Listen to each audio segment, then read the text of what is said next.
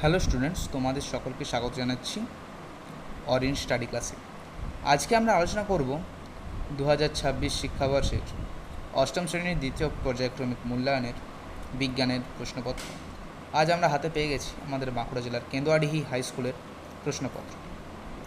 তো আমরা এটা আলোচনা করব, তো ভিডিওটা শুরু করা যাক। আর তার আগে বলে রাখি, যারা এখনও চ্যানেলটি সাবস্ক্রাইব করোনি তারা অবশ্যই চ্যানেলটি সাবস্ক্রাইব করে একটি লাইক দিয়ে দিও। তোমরা জানিও তোমাদের পরীক্ষা কেমন হয়েছে, এবং এর আগে আমি একটা নিজে প্রশ্নপত্র বানিয়েছিলাম, সেটা আমি শর্টসে দিয়ে দেবো, তোমরা অবশ্যই দেখে নিও। তো চলো শুরু করা যাক। প্রথম প্রশ্ন, সিজিএস পদ্ধতিতে আপেক্ষিক তাপের একক calorie dot gram inverse dot degree C inverse, অর্থাৎ ডিগ্রি সেলসিয়াস ইনভার্স। তারপরের প্রশ্ন, গলনাঙ্ক ও হিমাঙ্ক সমান হয় না এইরকম একটি পদার্থ হলো কাঁচ। চাপ বৃদ্ধি করলে তরলের স্ফুটনাঙ্ক বৃদ্ধি পায়, যেমন প্রেসার কুকারের ক্ষেত্রে ঘটে। তাপ সঞ্চালনে যে পদ্ধতিতে মাধ্যম ছাড়াও তাপ পরিবাহিত হতে পারে তা হলো বিকিরণ। এরপরের প্রশ্ন, জৈব অনুঘটকগুলি প্রধানত যে জাতীয় যৌগ হলো তা হচ্ছে প্রোটিন। গ্যালভানাইজেশন পদ্ধতিতে লোহার উপর জিঙ্কের প্রলেপ দেওয়া হয়। অম্লায়িত জলে তড়িৎ বিশ্লেষণ ঘটালে অ্যানোডে অক্সিজেন গ্যাস উৎপন্ন হয়। একটি তড়িৎ অবিশ্লেষ্য পদার্থ হলো চিনি। এসআই পদ্ধতিতে বিভব পার্থক্যের একক হলো ভোল্ট। চাপ বাড়ালে তরলের স্ফুটনাঙ্ক বৃদ্ধি পায়। হিমমিশ্রের একটি ব্যবহার আমরা সকলেই জানি, বরফকে খাদ্য লবণের সঙ্গে 3:1 অনুপাতে মিশিয়ে যে হিমমিশ্র প্রস্তুত করা হয় তার সাহায্যে মাছ মাংস সংরক্ষণ, ওষুধ পরিবহন, এই সমস্ত ব্যবহারগুলো করা যায়। এই সমস্ত এগুলো উদাহরণ, আর এগুলোই ব্যবহার হিসাবে লিখতে পারো। পোড়া চুনে জল যোগ করলে কী উৎপন্ন হয়? Calcium hydroxide, CaOH hold. এর পরের প্রশ্ন, জারক পদার্থ নিজে বিজারিত হয় এবং অপরকে জারিত করে।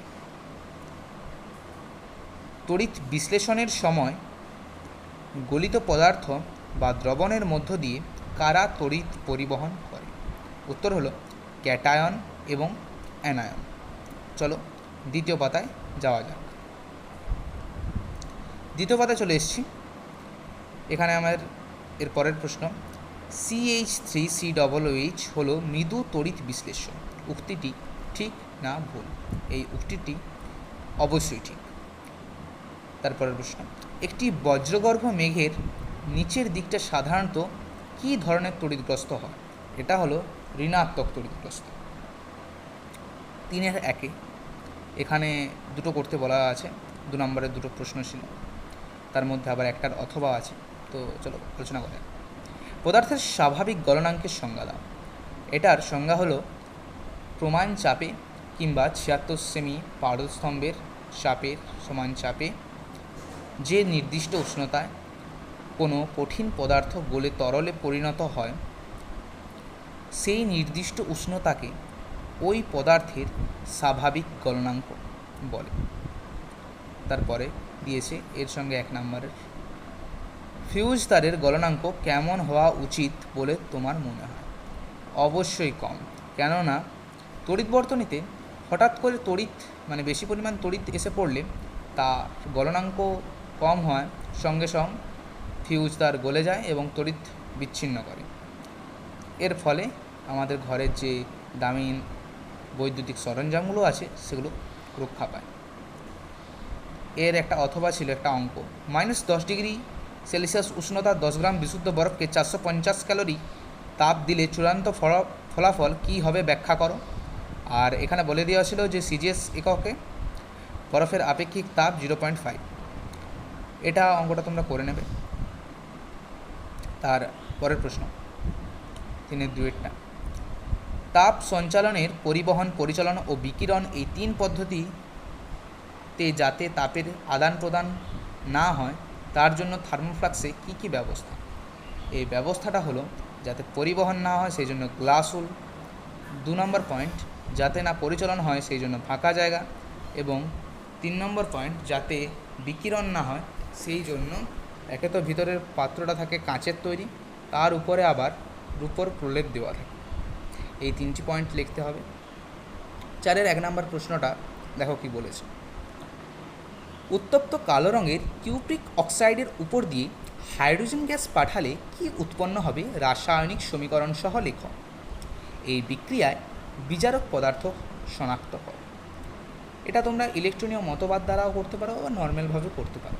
এটা হলো CuO+H2 থেকে এটা ধাতব কপার হয়ে যাবে, Cu হয়ে যাবে বিজারিত হয়ে, এবং হাইড্রোজেনটা জারিত হয়ে জল উৎপন্ন করবে। এখানে বিজারক পদার্থ হলো H2 এবং জারক পদার্থ হলো CuO অর্থাৎ কিউপ্রিক অক্সাইড। তার পরের প্রশ্ন, অনুঘটক কাকে বলে? আর তারপরে ছিল 2H2O2 অর্থাৎ হাইড্রোজেন পারক্সাইডকে MnO2 অনুঘটকের থেকে করেছে এরা 2H2O+O2।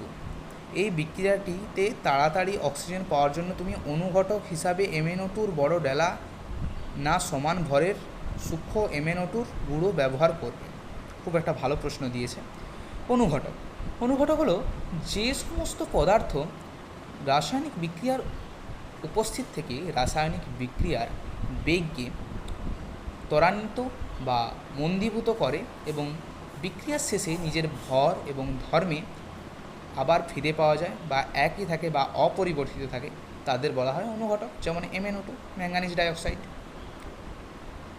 এখানে যে এই যে সমীকরণটা বা বিক্রিয়াটা আছে, এটাতে বলছে যে তুমি কেন MnO2-র গুঁড়ো ব্যবহার করবে। গুঁড়ো ব্যবহার করলে কি হয় না, ক্ষেত্রফলটা অনেক বেশি বৃদ্ধি পায় এবং এর বেগটাও আরও বেশি হবে, এই জন্য এখানে গুঁড়ো ব্যবহার করা হয়। তারপরের অথবা একটা প্রশ্ন ছিল তাপগ্রাহী রাসায়নিক পরিবর্তন বলতে কী বোঝো। তারপরে ছিল অ্যাসিটিলিন গ্যাস, এটা আমি পরে আছে, আগে বললাম তাপগ্রাহী রাসায়নিক পরিবর্তন।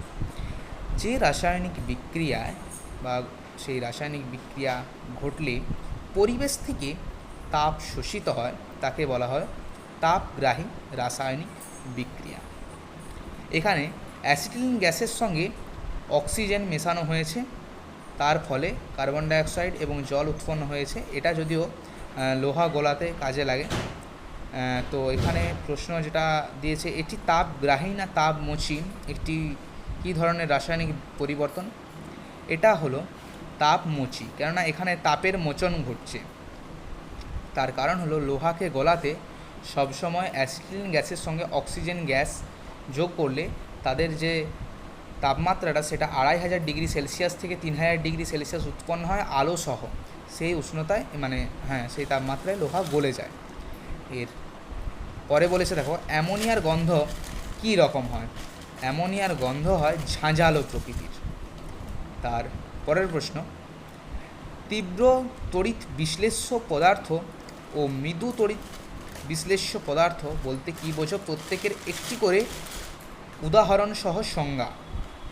দেখো, তীব্র তড়িৎ বিশ্লেষ্য যে সমস্ত পদার্থ গলিত অবস্থা কিংবা উপযুক্ত দ্রাবকে দ্রবীভূত অবস্থায় তড়িৎ পরিবহন করে বা তড়িৎ পরিবহনের মাধ্যমে নতুন ধর্মবিশিষ্ট পদার্থ উৎপন্ন করে, তাই হলো তীব্র তড়িৎ বিশ্লেষ্য পদার্থ।